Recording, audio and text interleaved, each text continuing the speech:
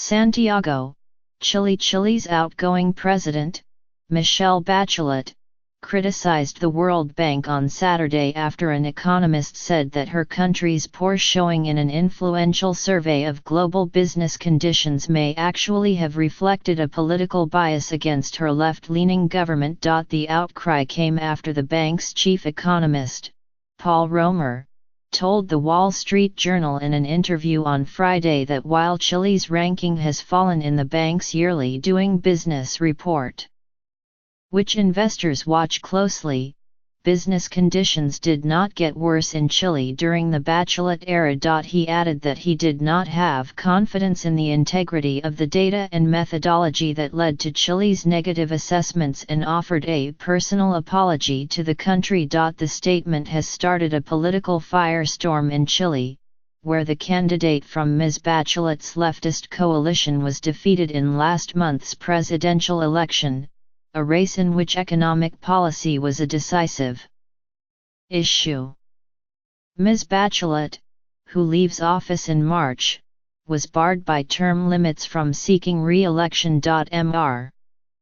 Romer's apology also brought scrutiny to the political leanings of Augusto López Claros, a Chilean economist who until recently oversaw the team that produced the Doing Business report, which ranks countries based on factors like ease of paying taxes, credit availability, and enforcement of contracts. Jorge Rodriguez, Chile's economy minister, called a politically tinted downgrading of his nation an outrageous scandal, reflecting a degree of rarely seen immorality.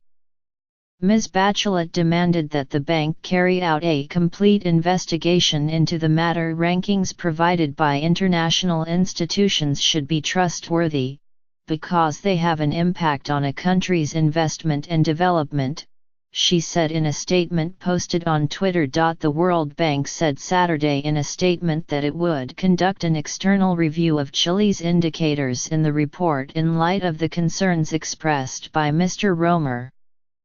But the statement also defended the broad integrity of the ranking. Objective data is not subject to political influence, the statement said. Mr.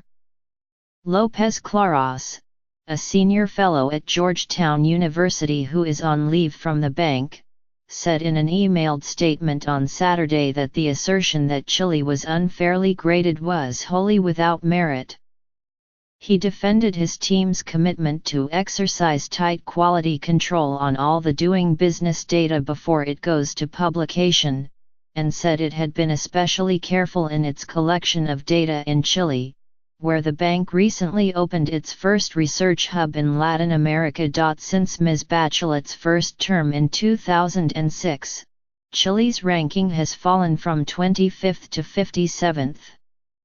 During this period, it slipped consistently in the years when Ms. Bachelet was in power, but rose during the presidency of the conservative billionaire, Sebastián Pinera, who governed between 2010 and 2014. Mr. Pinera will return to office this year after winning an election in which he campaigned as the candidate better suited to attract investment than his rival, Alejandro Guillier, a Bachelet ally. Mr. Romer told The Wall Street Journal that changes to the methodology in recent years, including how the bank assessed the ease of paying taxes, contributed to Chile's dip. Mr. López Claros defended changes as sound and said Chile's standing fell in large part because other countries, including Mexico, took steps to attract investors. Mr. Rodriguez, the minister, said he hopes the bank conducts a prompt review to upgrade Chile's ranking. But the harm has already been done, he said.